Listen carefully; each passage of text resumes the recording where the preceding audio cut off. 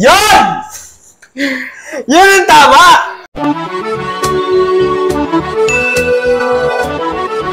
Ang dami nagsasabi.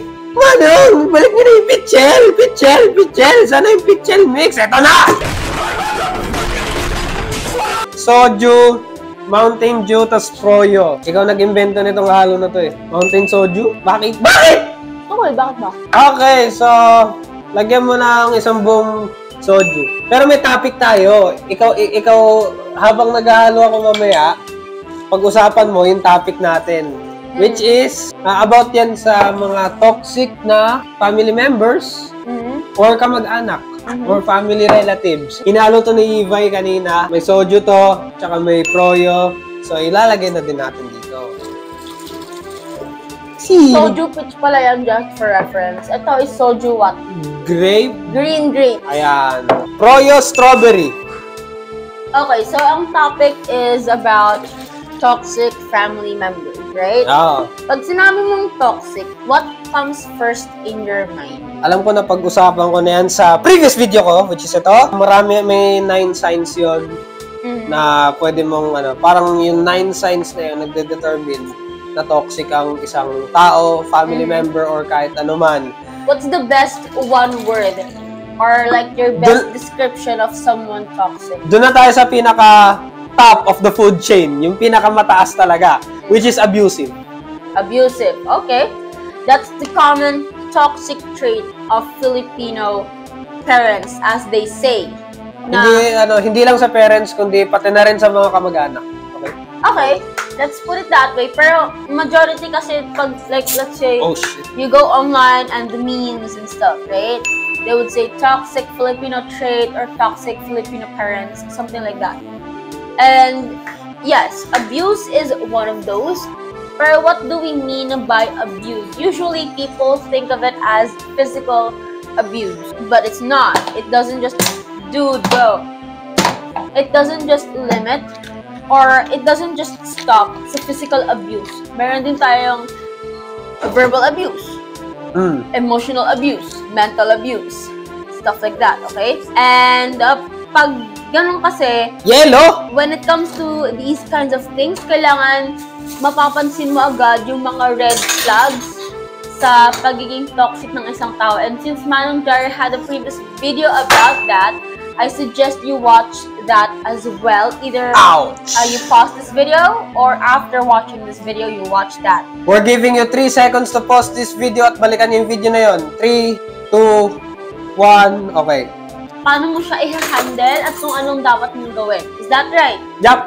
Wow, parang BPO lang Clarifying the customer's concern. So, ayun muna. Doon muna tayo sa how to identify someone toxic. There are many ways for someone to be toxic. Wait lang. Let's start rolling. Salamat, Ricky. Go. From my knowledge and experience, one of the basic and common signs of a parent that is toxic is lack of privacy.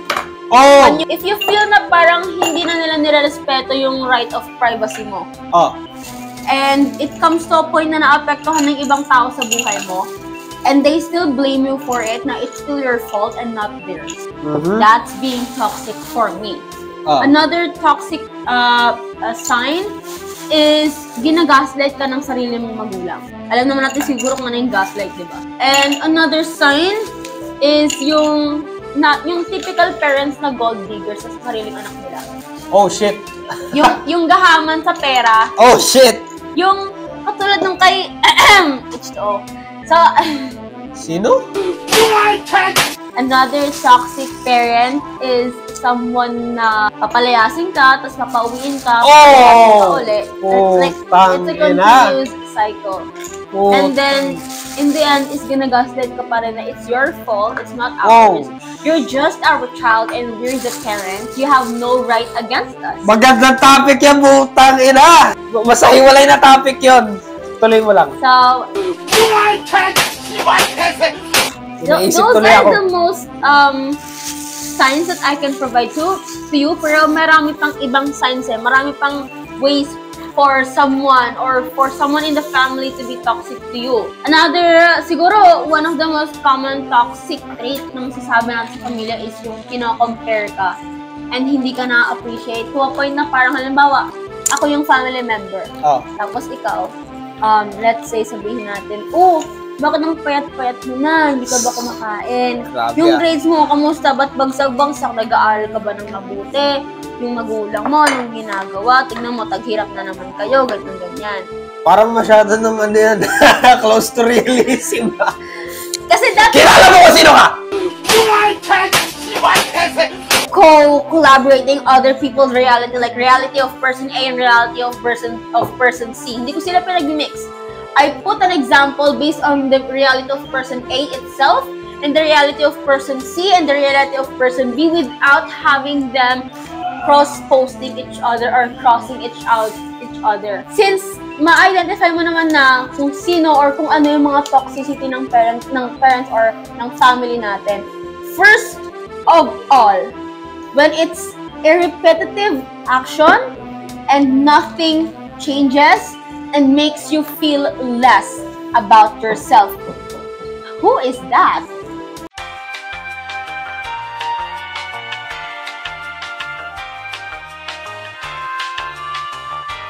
May kumatok. Taste! Nasaan na ako sa topic?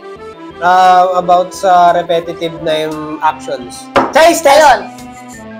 I would rate it as 7. Okay. Bakit? So, back at the topic at hand. If it's a repetitive action, negative yung impact niya sa'yo na it's making you feel less about yourself and about your future or about your life in general. I think that's the simplest way for you to identify if someone is being toxic to you. Para ka lang binubuli. So, once na-identify mo na toxic sila, how would you deal with that person? That depends on the level of their toxicity. 9. If it's something that can be changed from that person. Like, kasi meron kasing taong toxic na pwede mo pang mabago. Like, they're still kind of open. Now, there's still a way for you to break that chain from them. And there's also a person na talagang, nope, they're just gonna close the gates. It defeats the gates of heaven. Kapag naka-encounter ka na ng ganong tao na no chance of survival at all, like, you really can't cope with that person, cut it off. Yes! Disconnect with that person. You don't have the time, the effort, the energy, and you don't have the right to waste your life for a person that doesn't deserve to be a part of it. Yan! Yun ang tama! Yun ang tama! Huwag mo nang pahirapan sarili mo kasi at the end of the day, ikaw lang din ang magsisisi na kung mas maaga ko itong binitawan, mas maaga ako nakapag-cut off dito, I would have had more time for my future. Don't waste your opportunities for people, Dito mo mapapasok ang iwan pati pamilya. Kahit pamilya mo pa. Kahit pamilya mo pa. Yes, that is kind of true in a way. Pero it depends on the situation, ha? Iwan pati pamilya.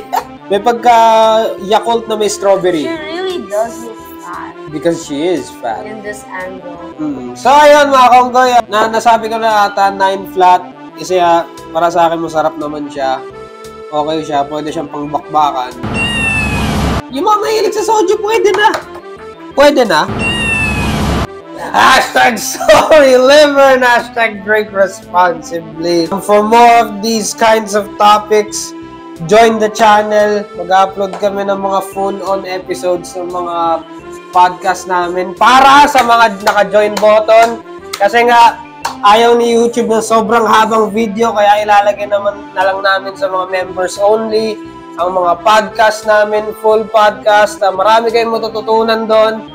Baka kukuha pa kami ng mga guests doon para sa podcast na yun.